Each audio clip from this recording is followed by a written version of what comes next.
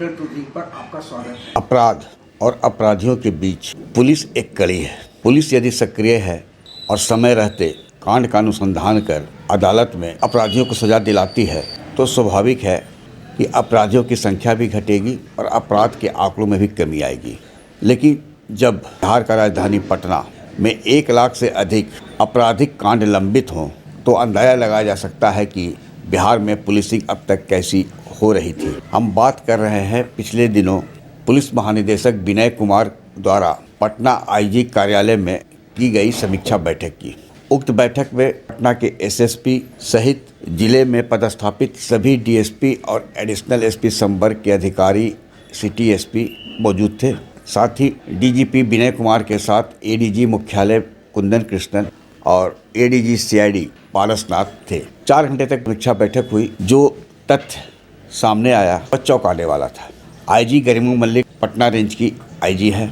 IG स्तर पर जो कार्रवाई होनी चाहिए थी, जो अपेक्षा थी, वह शायद पूरी नहीं हो पाई। अब उन्हें यह माना जाता है और यह पुलिस मैनुअल में भी कहता है कि सीनियर अधिकारी अपने अधीनस्थ अधिकारियों के कार्यालय का समय समय पर औचक निरीक्षण करते रहेंगे।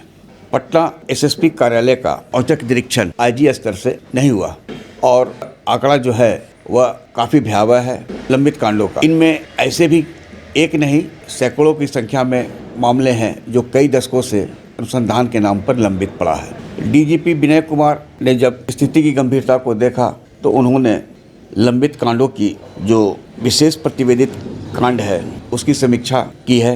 यह पाया है कि करीब 1 लाख से अधिक केस पटना रेंज में लंबित है। कोई भी व्यक्ति यदि जो खासकर विशेषकर आर्थिक अपराध से संबंधित मामला है वह चर्चा का विषय बनता है और पुलिस की उपलब्धि और नाकामी का भी वह घोतक होता है। जैसे आप सड़क पर निकले हैं, मॉर्निंग वॉक कर रहे हैं, कोई आता है और आपके गले का सोने का चैन झपट लेता है या आपको लूट लेता है। ऐसे एक नहीं आए दिन यह घटना अगर घट रही है या आप अपने घर को बंद कर कहीं बाहर जाते हैं, लौटते हैं तो देखते हैं कि आपकी जमा पूंजी जो घर में थी वह सब अपराधी चोरी कर फरार हो गए। तो ऐसे एक नहीं हजारों की संख्या में घटनाएं घटित हो चुकी है। होता यह है कि कांड का अनुसंधान यदि समय रहते सही दिशा में होती है तो अपराधी पकड़े जाते हैं और चोरी की घटना हो या छिनतई घटना में भी विराम लगता है। कटिहार का कोड़ा गिरोह छिनतई के लिए कुख्यात है। वैसे बिहार में कई आईपीएस आए और पटना पुलिस की कमान संभाला है। हर आईपीएस जिनका कैडर बिहार है वह अपने दौर में एक बार कम से कम पटना एसएसपी बनने की ख्वाहिश रखता है। पिछले दिनों पटना एसएसपी के पद से राजीव मिश्रा को हटाकर एटीएस में डीआईजी बनाया गया है। राजीव मिश्रा एसपी से डीआईजी प्रोन्नत होने के बाद भी एसएसपी रहे। जानकार बताते हैं कि जब राजीव मिश्रा एसएसपी के रूप में योगदान किया था तो उस वक्त 88,000 कांड अनुसंधान के नाम पर लंबित था। औसतन करीब 4,000 कांड पटना में प्रतिवेदित होता है। राजीव मिश्रा के कार्यकाल में जो जानकार बताते हैं कि हाईएस्ट डिस्पोजल 6800 तक हुआ था। औसतन 54 से 5500 के बीच कांडों का डिस्पोजल हुआ।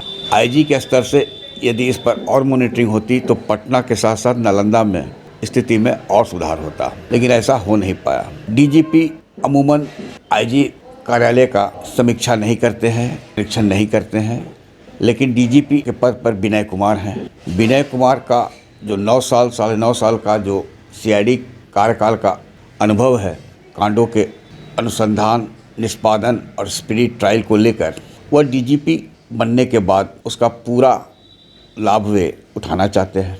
अब डीजीपी जब आईजी कार्यालय में जाएंगे, औचक निरीक्षण करेंगे तो स्वतः उनकी नज़रों से आप आंकड़ों की हेराफेरी कर अपना बचाव नहीं कर सकते हैं और ऐसा हुआ भी। डीजीपी विनय कुमार ने पूछे जाने पर बताया कि पटना में जो समीक्षा बैठक हुई थी उसमें ऑफिशियल आंकड़ा जो लंबित है कांडों के अनुसंधान का वह करीब 60,000 के आसपास है। जब उनसे ये पूछा गया कि सर ये तो आंकड़ा है ऑफिशियल डिस्पोजल का, यह तय है कि पॉकेट डिस्पोजल भी होगा, तो उन्होंने कहा कि इस बात से इनकार भी नहीं कह सकता है कि पॉकेट डिस्पोजल ना हो। डीजीपी विनय कुमार ने आगे कहा कि उन्होंने आईजी पटना रेंज को कहा है कि वे इस संबंध में अपने मार्गदर्शन में जिलों में जो लंबित कांडों हैं उसका त्वरित अनुसंधान वैज्ञानिक और तकनीकी आधार पर सुनिश्चित कराएं और अदालत में अपराधियों को सज़ा दिलाने के लिए स्पीडी ट्रायल के लिए पहल करें और अधीनस्थों को भी इसके लिए पहल करने को कहें।